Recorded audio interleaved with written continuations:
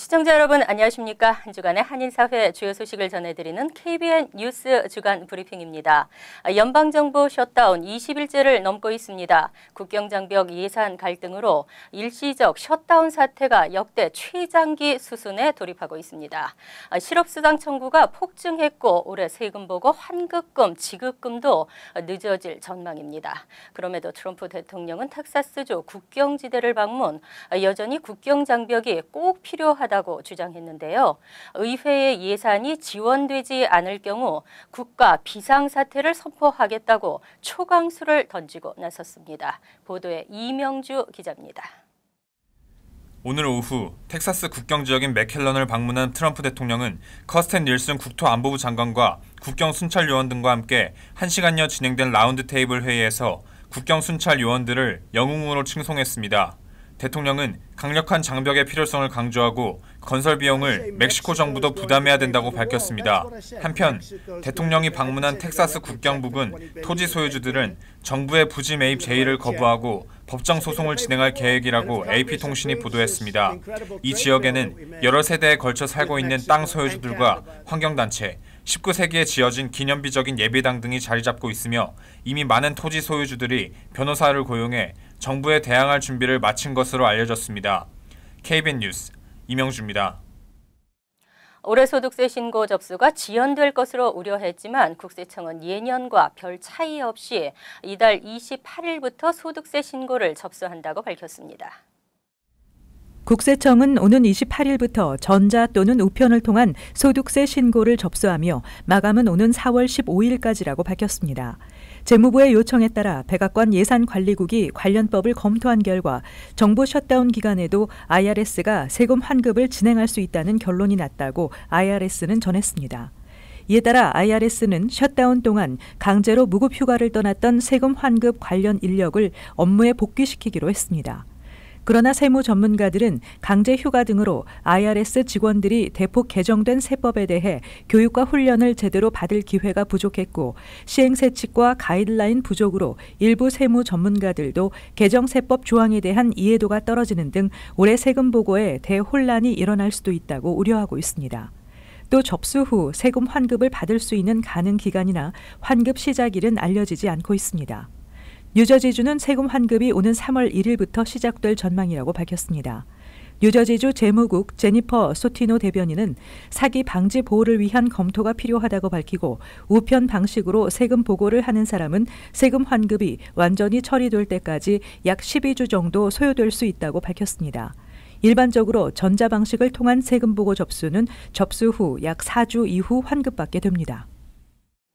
뉴욕 한인회가 발표 이틀 만에 차기 회장 선거관리위원회 위원 구성을 수정했습니다. 위원 구성에 대한 회장 개입 지적은 강하게 부인하고 공정한 선거가 되도록 최선을 다하겠다고 밝혔습니다. 지한샘 기자입니다. 뉴욕 한인회가 지난 7일 발표했던 선거관리위원회를 재편했습니다. 당초 9명의 위원과 4명의 고문으로 선관위를 구성했지만 2017년 개정된 회칙에 어긋난다는 지적에 따른 조치입니다. 9명이었던 위원은 임종부 위원장과 김일태 부위원장, 그리고 BJ성, 안경배, 김강수 위원 등 5명으로 줄이고 문용철, 김도형, 서동천, 박윤영 위원은 보조위원으로 위촉합니다. 선관위도 당초 4명을 발표했던 선거 고문을 회칙에 따라 1명을 더 추가했습니다. 논란이 일고 있는 선관위원과 선거 고문 임명 과정에 김민선 회장이 개입했다는 주장에 대해 뉴욕 한인회는 행정적인 협력은 했지만 선관위원 구성은 부이사장을 중심으로 이사진에서 했다고 해명했습니다. 김민선 회장은 뉴욕 한인회는 회칙에 따라 회장 선거가 공정하게 치러질 수 있도록 최선을 다하겠다고 밝혔습니다. KBN 뉴스 지한샘입니다. 뉴욕 지역 정치인들과 이민자 권익단체들은 올해 뉴욕주 의회의 최우선 과제로 드림 법안과 서류 미비자 운전면허 발급 법안을 꼽으며 두 법안의 조속한 통과를 촉구했습니다. 보도에 지한샘 기자입니다.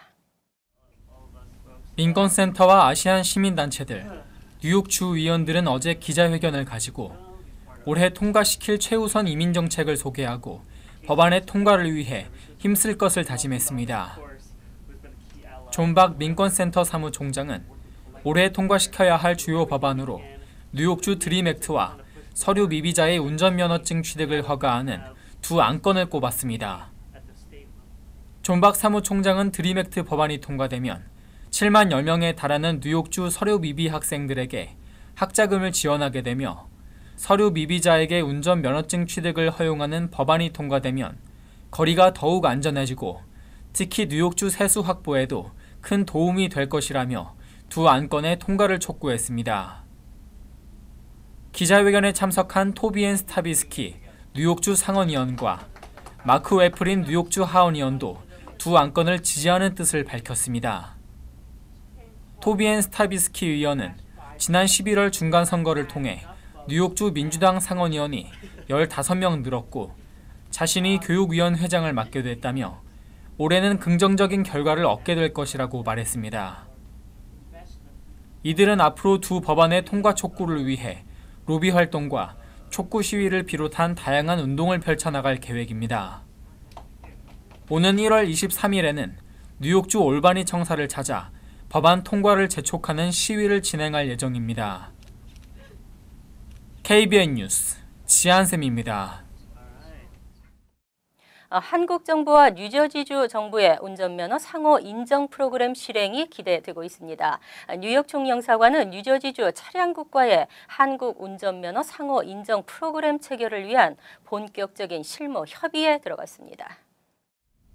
뉴욕 총영사관은 지난 8일 한국 운전면허증 소지자에게 필기와 실기시험을 면제해주고 뉴저지주 운전면허증 소지자도 한국에서 동일한 효력을 가질 수 있다는 내용 등을 담은 협정 제안서를 뉴저지주 차량국에 전달했습니다.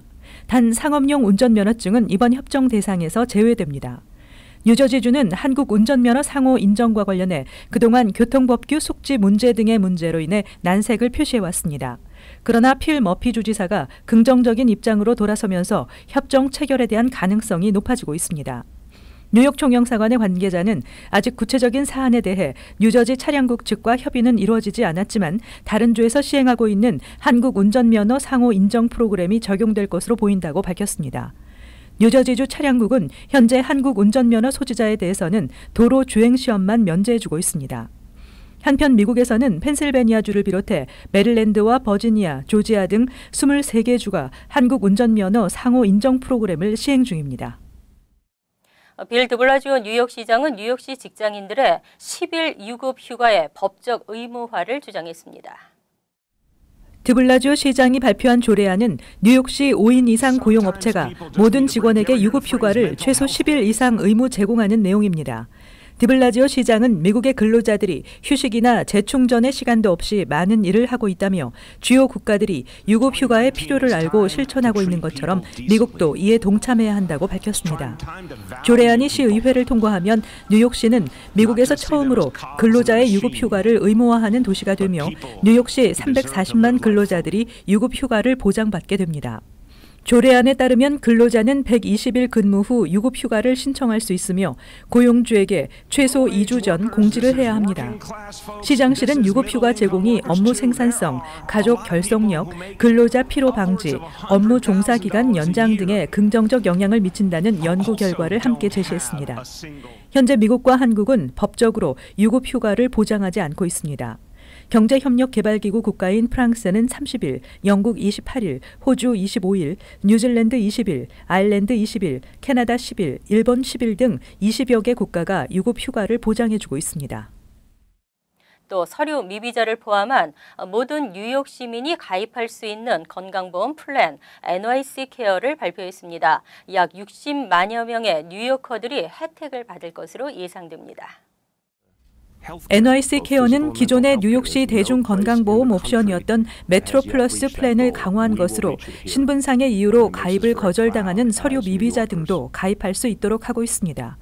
NYC 케어는 또 비싼 비용 때문에 보험에 가입하지 못하고 있는 젊은 세대 등을 위해 보험료를 저렴하게 책정할 것이며 가입을 하면 70여 뉴욕시 병원 시스템의 의사와 약국을 이용할 수 있게 된다고 밝혔습니다.